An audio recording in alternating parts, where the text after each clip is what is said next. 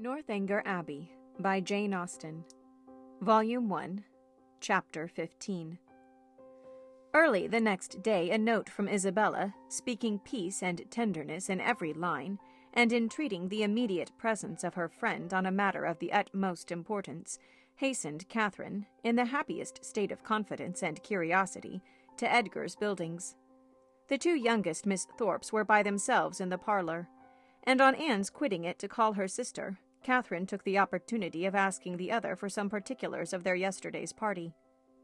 Maria desired no greater pleasure than to speak of it, and Catherine immediately learnt that it had been altogether the most delightful scheme in the world, that nobody could imagine how charming it had been, and that it had been more delightful than anybody could conceive.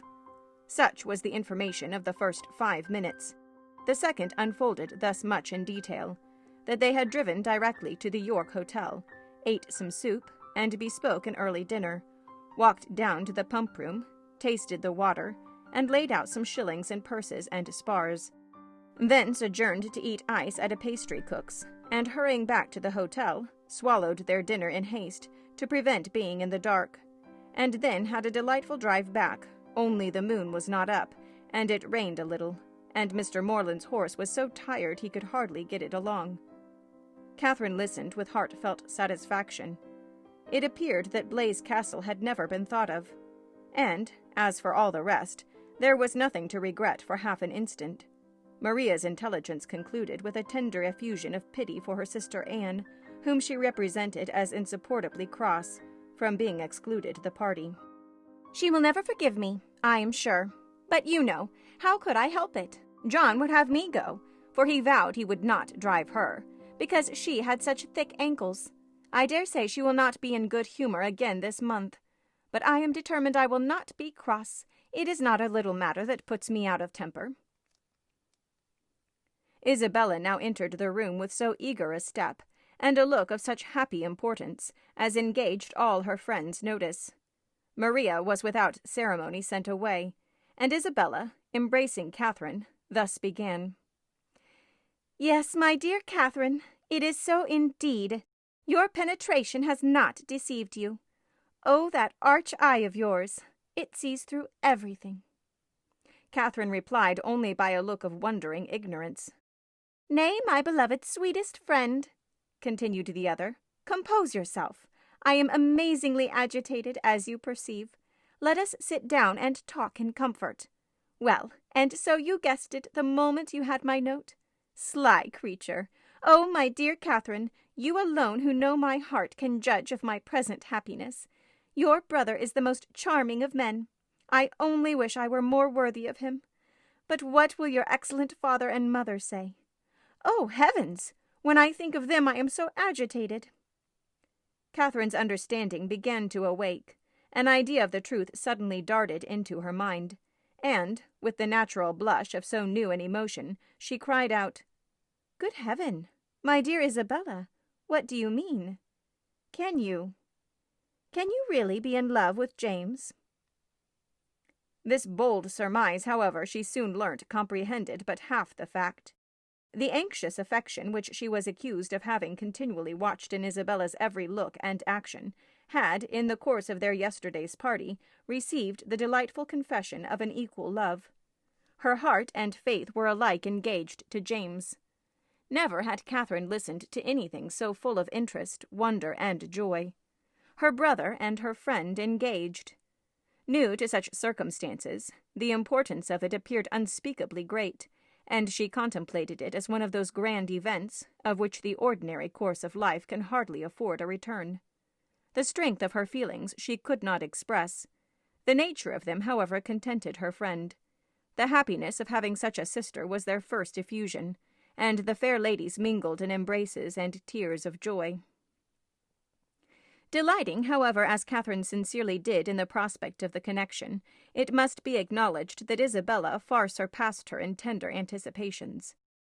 "You will be so infinitely dearer to me, my Catherine, than either Anne or Maria. I feel I shall be so much more attached to my dear Morland's family than to my own." This was a pitch of friendship beyond Catherine. "You are so like your dear brother," continued Isabella. that I quite doted on you the first moment I saw you. But so it always is with me. The first moment settles everything. The very first day that Morland came to us last Christmas, the very first moment I beheld him, my heart was irrecoverably gone. I remember I wore my yellow gown, with my hair done up in braids, and when I came into the drawing-room and John introduced him, I thought I never saw anybody so handsome before." Here Catherine secretly acknowledged the power of love, for, though exceedingly fond of her brother, and partial to all his endowments, she had never in her life thought him handsome. "I remember, too, Miss Andrews drank tea with us that evening, and wore her puce-colored sarcenet. And she looked so heavenly that I thought your brother must certainly fall in love with her. I could not sleep a wink all night for thinking of it. Oh, Catherine, the many sleepless nights I have had on your brother's account! I would not have you suffer half what I have done. I am grown wretchedly thin, I know, but I will not pain you by describing my anxiety. You have seen enough of it. I feel that I have betrayed myself perpetually, so unguarded in speaking of my partiality for the church, but my secret I was always sure would be safe with you." Catherine felt that nothing could have been safer, but ashamed of an ignorance little expected, she dared no longer contest the point, nor refuse to have been as full of arch penetration and affectionate sympathy as Isabella chose to consider her. Her brother, she found, was preparing to set off with all speed to Fullerton, to make known his situation and ask consent. And here was a source of some real agitation to the mind of Isabella. Catherine endeavoured to persuade her, as she was herself persuaded, that her father and mother would never oppose their son's wishes. "It is impossible," said she, "for parents to be more kind or more desirous of their children's happiness. I have no doubt of their consenting immediately." "Morland says exactly the same," replied Isabella, "and yet I dare not expect it. My fortune will be so small. They never can consent to it. Your brother, who might marry anybody." Here Catherine again discerned the force of love. "Indeed, Isabella, you are too humble. The difference of fortune can be nothing to signify." "Oh, my sweet Catherine, in your generous heart I know it would signify nothing, but we must not expect such disinterestedness in Minnie. As for myself, I am sure I only wish our situations were reversed. Had I the command of millions, were I mistress of the whole world, your brother would be my only choice." This charming sentiment, recommended as much by sense as novelty, gave Catherine a more pleasing remembrance of all the heroines of her acquaintance, and she thought her friend never looked more lovely than in uttering the grand idea. "I am sure they will consent," was her frequent declaration. "I am sure they will be delighted with you." "For my part," said Isabella, "my wishes are so moderate that the smallest income in nature would be enough for me. Where people are really attached, poverty itself is wealth. Grandeur I detest. I would not settle in London for the universe. A cottage in some retired village would be ecstasy. There are some charming little villas around Richmond." "Richmond?" cried Catherine. "You must settle near Fullerton. You must be near us." "I am sure I shall be miserable if we do not. If I can but be near you, I shall be satisfied. But this is idle talking. I will not allow myself to think of such things till we have your father's answer. Morland says that by sending it tonight to Salisbury, we may have it tomorrow." "Tomorrow? I know I shall never have courage to open the letter. I know it will be the death of me." A reverie succeeded this conviction, and when Isabella spoke again, it was to resolve on the quality of her wedding gown. Their conference was put to an end by the anxious young lover himself, who came to breathe in his parting sigh before he set off for Wiltshire. Catherine wished to congratulate him, but knew not what to say, and her eloquence was only in her eyes. From them, however, the 8 parts of speech shone out most expressively, and James could combine them with ease. Impatient for the realization of all that he hoped at home, his adieus were not long, and they would have been yet shorter had he not been frequently detained by the urgent entreaties of his fair one that he would go. Twice was he called almost from the door by her eagerness to have him gone. "Indeed, Morland, I must drive you away. Consider how far you have to ride. I cannot bear to see you linger so. For heaven's sake, waste no more time. There, go, go. I insist on it." The two friends, with hearts now more united than ever, were inseparable for the day, and in schemes of sisterly happiness the hours flew along.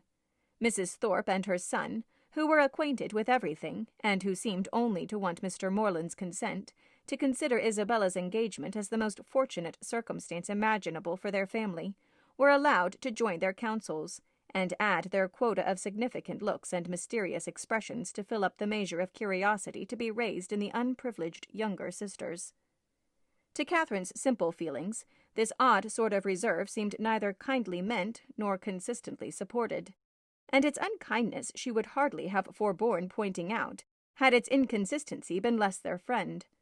But Anne and Maria soon set her heart at ease by the sagacity of their "I know what," and the evening was spent in a sort of war of wit, a display of family ingenuity, on one side in the mystery of an affected secret, on the other of undefined discovery, all equally acute. Catherine was with her friend again the next day, endeavoring to support her spirits, and while away the many tedious hours before the delivery of the letters, a needful exertion, for as the time of reasonable expectation drew near, Isabella became more and more desponding, and before the letter arrived, had worked herself into a state of real distress. But when it did come, where could distress be found? "I have had no difficulty in gaining the consent of my kind parents, and am promised that everything in their power shall be done to forward my happiness," were the first 3 lines, and in one moment all was joyful security. The brightest glow was instantly spread over Isabella's features. All care and anxiety seemed removed. Her spirits became almost too high for control, and she called herself without scruple the happiest of mortals. Mrs. Thorpe, with tears of joy, embraced her daughter, her son, her visitor, and could have embraced half the inhabitants of Bath with satisfaction.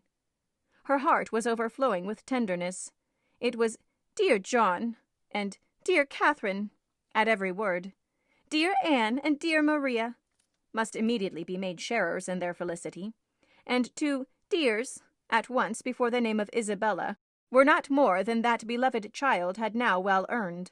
John himself was no skulker in joy. He not only bestowed on Mr. Morland the high commendation of being one of the finest fellows in the world, but swore off many sentences in his praise. The letter, whence sprang all this felicity, was short, containing little more than this assurance of success, and every particular was deferred till James could write again. But for particulars Isabella could well afford to wait. The needful was comprised in Mr. Morland's promise. His honour was pledged to make everything easy, and by what means their income was to be formed, whether landed property were to be resigned or funded money made over, was a matter in which her disinterested spirit took no concern. She knew enough to feel secure of an honourable and speedy establishment, and her imagination took a rapid flight over its attendant felicities.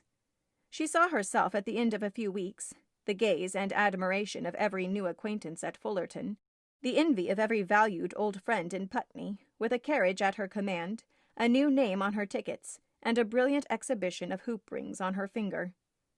When the contents of the letter were ascertained, John Thorpe, who had only waited its arrival to begin his journey to London, prepared to set off.